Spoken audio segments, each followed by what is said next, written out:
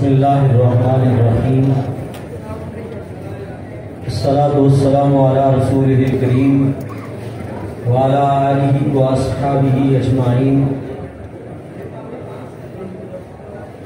اما بعد الصلاۃ والسلام علیکہ یا سیدی یا رسول اللہ وعلی آلہ واصحابہ یا سیدی یا حبیب اللہ۔ محبت سے دروشی پڑھ لیں۔ الصلاۃ والسلام علیکہ یا سیدی یا رسول اللہ وعلی آلہ واصحابہ یا سیدی یا خاتم النبیین مولاي صلی وسلم دائما ابدا علی حبیبک خیر الخلق کلہم۔ حمد و صلاۃ کے بعد نہایت ہی واجب الاحترام علماء کرام، عزیز طلبہ و شاقان رسول صلی اللہ علیہ وسلم،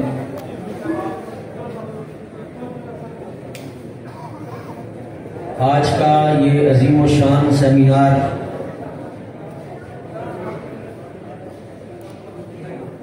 چاند کے حوالے سے منعقد کیا گیا ہے۔ انشاءاللہ تھوڑی دیر بعد کنز العلماء مفکر اسلام پیر طریقت رہبر شریعت عظیم مذہبی سکالر عظیم روحانی پیشوا پروفیسر مفتی ڈاکٹر محمد اشرف آصف جلالی صاحب زیر اشرف ہو، آپ خصوصی خطاب فرمائیں گے۔ مجھ سے پہلے جلیل القدر علماء اکرام قرآن و سنت کی روشنی میں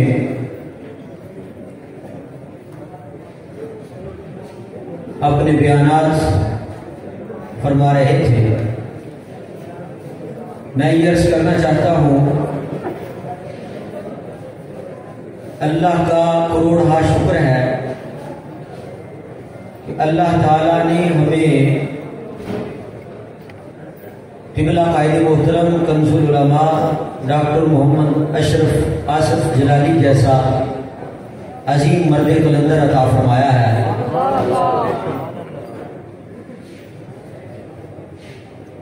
جن کی وجہ سے ہمارے ایمانوں کی بھی حفاظت ہے۔ میں پہلے بھی حضرت سیدنا امام حسن بصری رحمہ اللہ تعالیٰ کے حوالے سے یہ بات عرض کر چکا ہوں کہ جب بھی کوئی فتنہ آتا ہے تو سب سے پہلے علماء ربانیین جو ہیں ان کو پتہ چلتا ہے، اور جب فتنہ گزر جاتا ہے تو پھر عوام کو پتہ چلتا ہے۔ جتنے بھی فتنے اٹھے ہیں، ہر فتنے کی سرگوبی قبلہ قائد محترم نے فرمائی ہے۔ وہ رافضیت ہے، وہ خارجیت ہے، وہ تفضیلیت ہے، وہ ناسبیت ہے، کسی حوالے سے بھی۔ اب اس سے پہلے جو مسئلہ چل رہا ہے ابھی بھی خطائے اجتہادی والا، تو بڑے بڑے لوگ جو ہیں جبہ و دستار پہنے، انہیں پتہ ہی نہیں کتابوں کا، وہ جانتے ہی نہیں، یہاں تک کہ قبلہ قائد محترم کے حکم سے میں نے ایک شخص کو کال کی کہ آپ جو فتویٰ دے رہے ہیں تو آپ نے فلاں فلاں کتاب جانتے ہیں؟ آپ کہتے ہیں میں تو نہیں جانتا۔ میں نے وہ کراچی کے تھے، میں نے کہا آپ پھر کیسے فتویٰ دے رہے ہیں؟ آپ معاذ اللہ کیسے گستاخ کہہ رہے ہیں؟ آپ کو تو کتابیں نہیں پتہ ہیں۔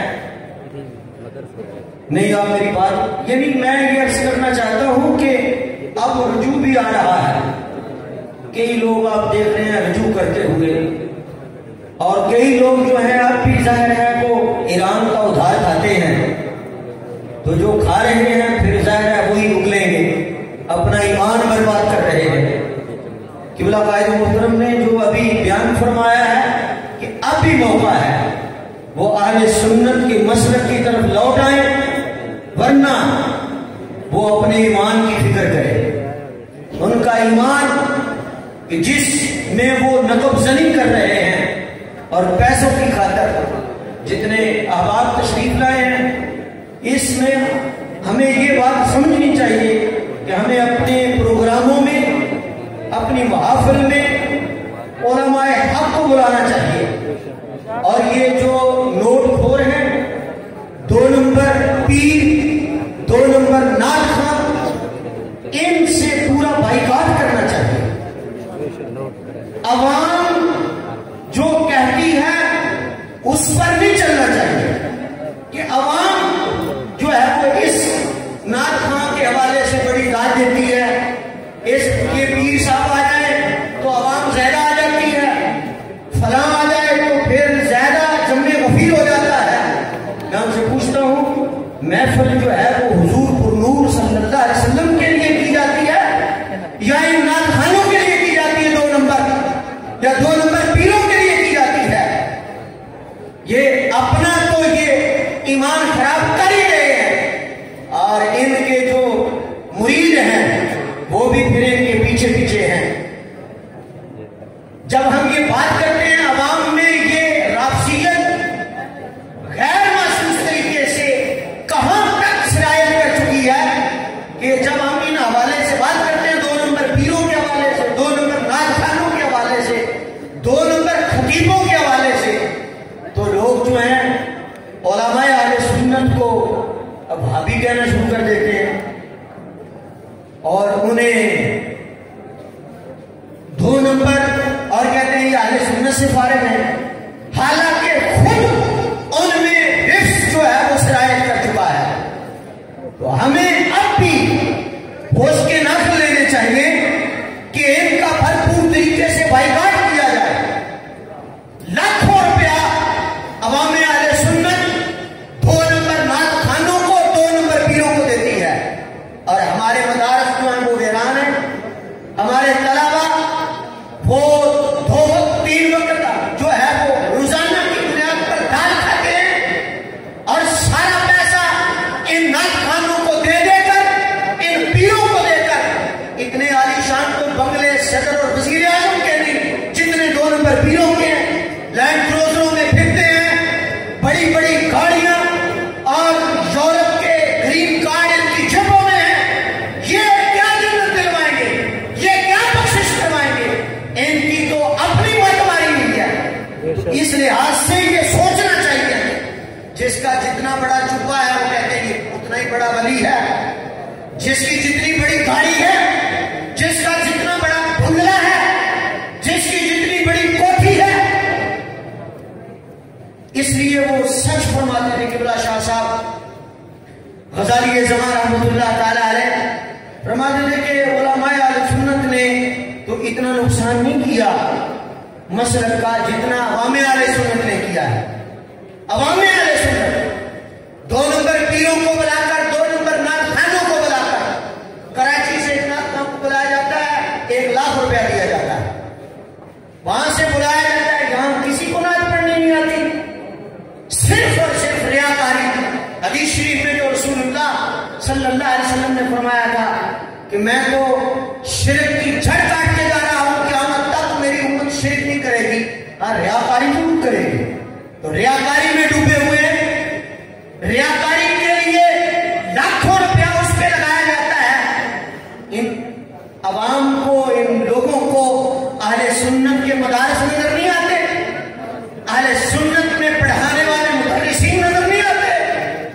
کیا مدارس پر جو پیسہ خرچ کیا جائے اس کا ثواب نہیں ملتا؟